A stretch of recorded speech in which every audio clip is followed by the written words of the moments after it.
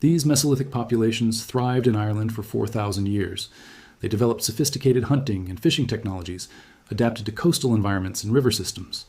They established trading networks with continental Europe, exchanging amber, flint, and other valued commodities across the seas. They developed complex social structures, created art and symbolic objects, and adapted to seasonal rhythms that governed their food procurement strategies.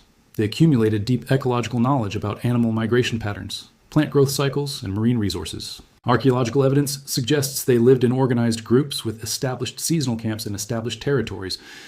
Then, around 4,500 years ago, something transformative happened that would reshape Ireland forever. A new population arrived in Ireland with fundamentally different technologies and ways of life. They came from what is now modern-day Turkey and surrounding regions in the Near East, carrying with them the knowledge of agriculture and animal domestication. These people were Neolithic farmers who brought not only crops like wheat and barley, but also domesticated cattle, sheep, and goats. They brought entirely new cultural practices, religious beliefs, and social organizations to the island. They constructed megalithic monuments that still dot the Irish landscape today.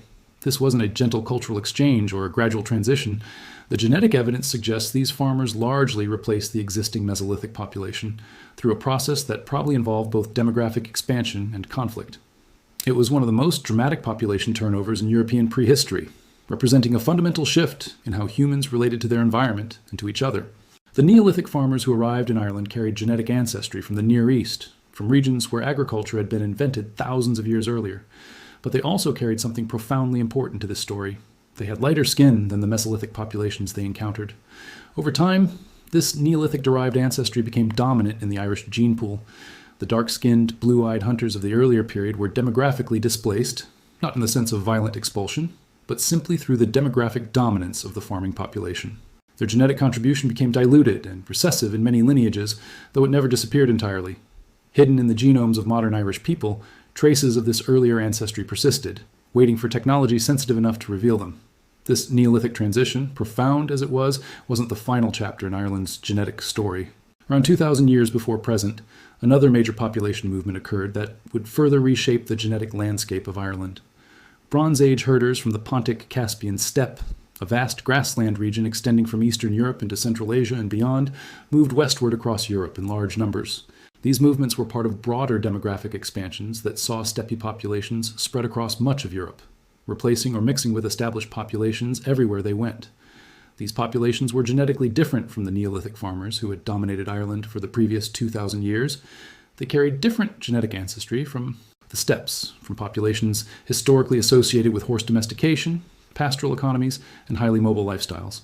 Some of these Bronze Age steppe herders moved into Ireland, bringing with them not just new genes, but new technologies, including improved metallurgy, new religious practices, and new social organizations. They mixed with the existing Neolithic-descended populations, creating a genetically new Irish population. This explains something that had puzzled people for centuries. If Black Irish people descended from Spanish Armada survivors, their genetic profile should show evidence of recent Spanish ancestry. It doesn't. DNA testing of individuals who identify as Black Irish or have dark features consistently shows they are genetically indistinguishable from other Irish people. They carry no more Spanish ancestry than average. No Iberian-specific genetic markers appear at elevated frequencies. No Mediterranean origin variants show up more commonly in populations with darker features. Instead, all of the genetic ancestry can be traced back to the prehistoric migrations that shaped all of Ireland. This is the definitive proof that the Armada myth is exactly that, a myth. The genetic data didn't just fail to support the Spanish Armada theory. It eliminated it entirely. Yet the question remains, why do some Irish people have dark hair and dark eyes if the Neolithic farmers and Bronze Age herders who primarily shaped the Irish gene pool are often depicted as light-haired and light-eyed? The answer requires understanding that populations are never genetically homogeneous. The Neolithic farmers who arrived in Ireland from Turkey and surrounding regions brought diverse genetic ancestry. Some carried genes associated with lighter complexions and blonde or red hair. Others carried genetic variants that, when inherited, could produce brown hair and darker eyes. This variation existed within the Neolithic population itself. Similarly, Bronze Age steppe herders, while often associated with light hair and eyes, also carried genetic diversity. Skin color, hair color, and eye color are polygenic traits, meaning they result from the combined effects of many different genes. Each of these genes can exist in multiple variants, or alleles. An individual's appearance results from the specific combination of variants they inherit from both parents. When you have a large population with multiple genetic variants at each of these loci, you naturally get a spectrum of appearances. The people who settled Ireland during the Bronze Age, who essentially established the genetic foundation of modern Irish people, carried this variation with them. They were not uniform in appearance. Some had light skin and red hair, others had darker features. This variation was normal and expected for any human population of substantial size. Over thousands of years, as the Irish population grew and these Bronze Age-derived people became the dominant ancestry in Ireland, this genetic variation persisted. It didn't disappear. It didn't become diluted into irrelevance. Individuals who inherited more genetic variants associated with darker pigmentation continued to exist in every generation, just as individuals with lighter features continued to exist. This is the true origin of Black Irish people. They are not a separate group. They are not descended from invaders or outsiders. They are simply the visible expression of genetic variation that has existed in Ireland since prehistoric times. This explanation might seem anticlimactic compared to the drama of shipwrecked sailors or exotic foreign ancestry, but it points to something profound about human genetics and human history. Physical appearance varies within all populations. It always has. The stereotype of Irish people as universally fair-haired and pale-skinned was never accurate. It was a simplified fiction that became culturally dominant, particularly in diaspora communities in North America. Irish people were always varied in appearance. In contemporary Ireland, walk through any city street and you'll see the full spectrum of human variation. Some people have red hair and pale skin, others have black hair and olive complexions. Many have brown hair and fair skin, others have blonde hair and tanned skin. This variation reflects both the genetic diversity present in Irish populations and the simple truth that human appearance is distributed across a range. The cultural obsession with explaining away darker-featured Irish people as genetic anomalies requiring special explanation says far more about the stereotype than it does about the genetics. The Irish traveler community provides another interesting data point in this discussion. For centuries, Irish travelers, a historically nomadic population in Ireland, were often discussed as a separate ethnic group. Some speculated they might descend from Spanish populations or other foreign groups. In 2011, researchers at the Royal College of Surgeons in Dublin and the University of Edinburgh conducted genetic analysis of Irish travelers. What they found was that travelers are indeed genetically distinct from settled Irish populations in some respects, but they separated from the settled community sometime between 1,000 and 2,000 years ago. This predates the Armada by over 1,000 years. Travelers share the same fundamental ancestry as other Irish people, but developed some distinct genetic characteristics due to the smaller size of their breeding population and their isolation from settled communities. Again, the Spanish Armada had nothing to do with it. Again, the genetic evidence eliminated a myth and replaced it with a more complex but more accurate picture. When modern Irish people get genetic testing through direct-to-consumer DNA companies, they often discover something revealing. Individuals who identify as having black hair, dark eyes, and olive skin usually receive ancestry results indicating they are predominantly Irish, with perhaps some Scottish, Welsh, or English ancestry, just like millions of other Irish people. Some discover small percentages of ancestry from the Basque region of Spain, something that actually predates the Armada by thousands of years. The early Mesolithic populations of Western Europe, including Ireland, had genetic affinities to populations in what is now the Basque country. This ancient connection far outweighs any modern Spanish ancestry from the Armada period. It is a genetic ghost of a relationship that existed at the end of the last ice age, when human populations in Western Europe shared certain genetic characteristics as they adapted to similar climatic and environmental conditions. This ancient Spanish connection is actually more real than the Armada myth, but it's also far older and far more complex than the romantic narrative about shipwrecked sailors. The persistence of the Black Irish myth, despite overwhelming genetic evidence against it, reveals something important about how myths function in human culture. Myths aren't simply false stories that people believe because they lack information. They persist because they serve psychological and social functions. The Armada myth gave Black Irish people a way to understand and explain their appearance as something connected to dramatic history, to a clash between empires, to a story with emotional weight and romantic resonance. It made their different appearance feel special, connected to something beyond normal human genetic variation.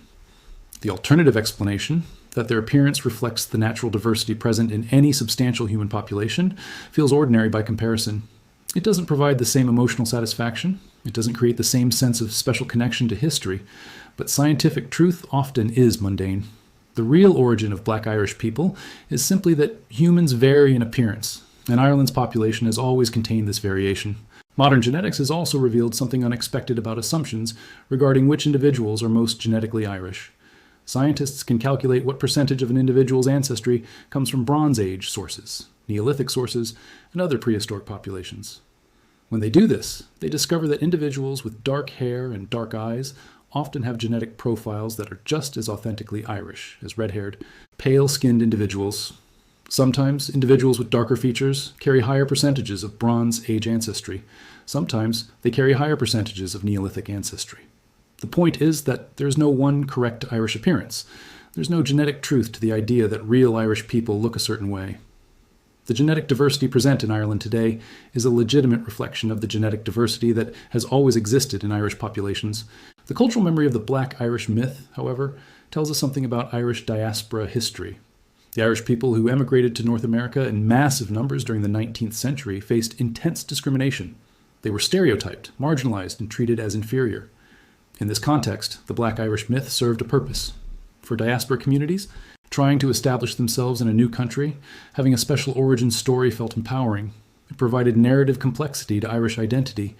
It suggested that even those Irish people who looked slightly different carried with them connections to European history and drama.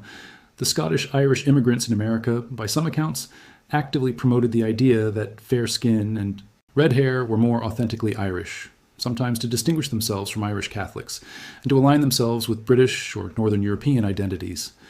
In this context, the Black Irish myth also served as a way to contain and explain away a visible difference that didn't fit the emerging Irish-American stereotype. What modern genetics ultimately demonstrates is that the entire framework for this discussion was mistaken from the beginning. There is no such thing as a genetically pure Irish population. There is no correct Irish appearance.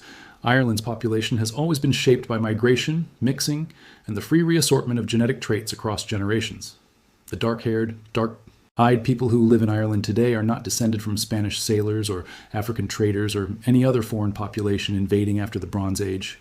They are simply people who inherited a particular combination of genetic variants that have been present in Irish populations for thousands of years. Their appearance is as authentically Irish as any other variation visible in the modern population. The scientific understanding of Irish origins has also changed how researchers interpret material culture and archaeological evidence.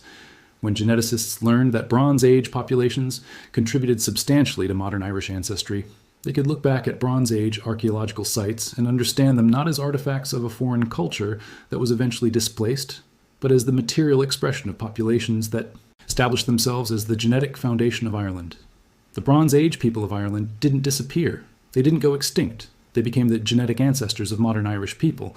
The same is true for Neolithic populations.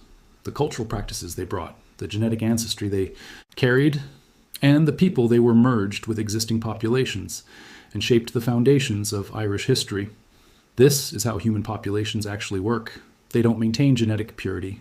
They don't stay genetically frozen in time. They mix, adapt, and create new combinations of traits in every generation. For anyone interested in their own genetic heritage, the lesson here is clear.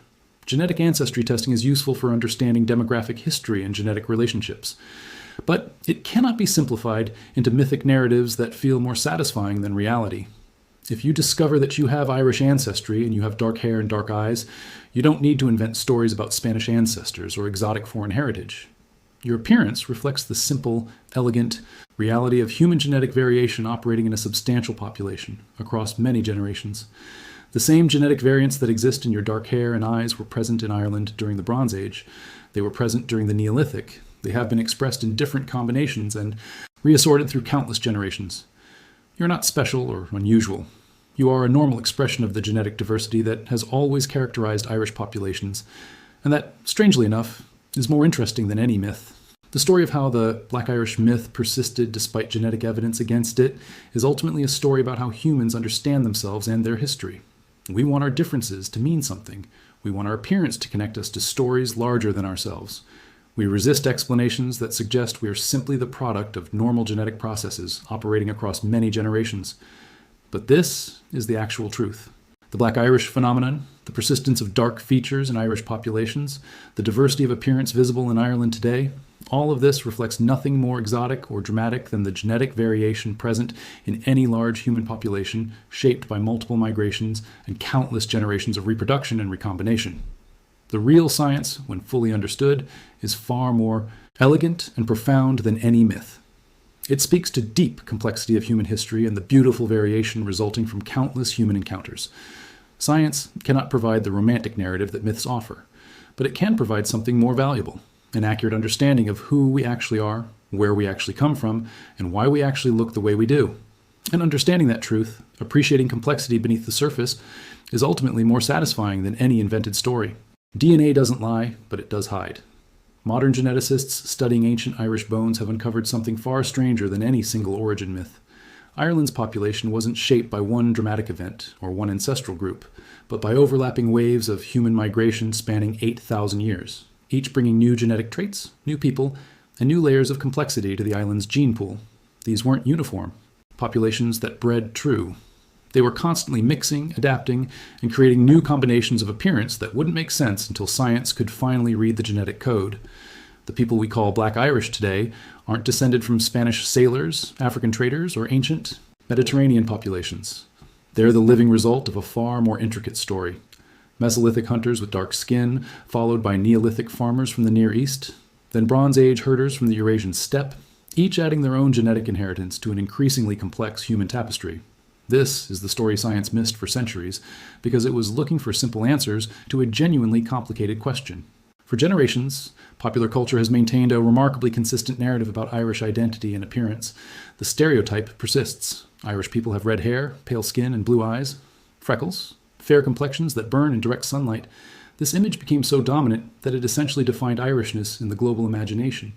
Particularly in North America, where millions of Irish immigrants and their descendants built communities throughout the 19th and 20th centuries. When people encountered Irish individuals who didn't fit this archetype, those with dark hair, olive skin, and intense brown or dark eyes, they became curiosities, anomalies, exceptions, that proved the rule. They were labeled Black Irish, a term that eventually took on almost mystical significance. Parents whispered stories about mysterious ancestors. Family legends grew elaborate. The most enduring explanation suggested that these darker-featured individuals descended from survivors of the Spanish Armada, the legendary fleet that sailed toward England in 1588 and was scattered by storms and English naval force. The Romantic narrative wrote itself. Spanish sailors, shipwrecked on Irish shores, finding refuge among the locals, marrying into families, passing down Mediterranean genes across centuries. It's a beautiful story. Tragic, romantic, filled with the kind of historical texture that makes people feel connected to something larger than themselves. The only problem is that it's almost entirely false. The reality of what happened to Spanish Armada survivors was far grimmer. Historical records and modern DNA analysis paint a picture that destroys the myth entirely. Out of approximately 500 ships that sailed from Spain, roughly 100 survived the initial engagement with English forces. As the fleet was scattered and driven northward by Atlantic storms, ships began breaking apart along the Irish coast. Out of the thousands of Spanish personnel aboard these vessels, only a few hundred managed to reach Irish shores. Those who did wash up in Ireland faced immediate danger. English authorities occupying Dublin and other strongholds viewed Spanish survivors not as romantic castaways, but as potential invaders allied with Irish rebels. The response was systematic and brutal. English commanders ordered the execution of Spanish prisoners wherever they washed ashore. Irish families who harbored survivors faced torture and death. Some survivors were handed directly over to English authorities by Irish lords seeking favor. Out of the Spanish soldiers and sailors who made it to Irish land, the vast majority were killed. Contemporary historical records document massacres, survivors who managed to escape. Inland and evade capture usually spent their remaining days trying to arrange passage back to Spain or fleeing to Scotland. A handful might have integrated into Irish communities, but their numbers were vanishingly small. Genetically speaking, they were nearly irrelevant. The genetic contribution of Armada survivors to the Irish population was so minimal that modern DNA analysis cannot detect it. No Spanish. Surnames appear in subsequent Irish family records in any significant numbers. No archaeological evidence supports large-scale Spanish settlement or intermarriage. Yet, despite this historical and genetic reality, the Armada myth persisted. It survived for centuries in folk memory and family legends and diaspora communities desperate to explain why some of their own looked different from the stereotype. This persistence of myth over reality reveals something profound about how humans understand their own origins. We are storytelling creatures. We prefer narratives with clear beginnings, dramatic moments, and emotional resonance over complex truths that require multiple variables and patience to understand. The Armada story provided all of this. It explained visible differences. It connected Irish people to European history at a moment of heroic conflict. It suggested that darker-featured Irish people carried an exotic, almost noble heritage from a distant, sophisticated civilization. The true answer, that physical variation in Ireland, is the result of multiple migration waves over 8 millennia, each contributing different genetic traits that continue to reassort and recombine in modern populations, felt anticlimactic by comparison. Who wants to hear about population genetics when you could have shipwrecked sailors and forbidden love? But science has finally decoded what really happened in Ireland, and the story it tells is actually far more fascinating than any myth. The earliest evidence of human habitation in Ireland dates back approximately 8,000 years. These weren't the people who built Ireland's later monuments or cities. They were Mesolithic hunter-gatherers, mobile populations that followed game animals and seasonal resources across the landscape. For a long time, archaeologists and historians assumed these early Irish people resembled the populations that came later. The stereotype of the pale, fair-haired Celt was projected backward through time. Then, around 2018, geneticists working with ancient skeletal remains made a discovery that shattered this assumption. They had recovered skeletal material from a Mesolithic individual known as Cheddar Man, found in Britain but belonging to the same broader population that inhabited Ireland. Using advanced forensic techniques originally developed for criminal investigations, researchers were able to extract DNA from ancient bones and reconstruct the genetic profile of these early inhabitants. What they found was shocking. The Mesolithic people of Britain and Ireland possessed dark skin, sometimes described as dark to black in pigmentation. They also carried genetic variants that produced blue eyes. This combination seems almost impossible to modern minds, trained by stereotypes, but it was real. These early inhabitants of Ireland were dark-skinned people with striking blue eyes, living on an island shrouded in mist and cloud, hunting and fishing in a landscape slowly recovering from the last ice age.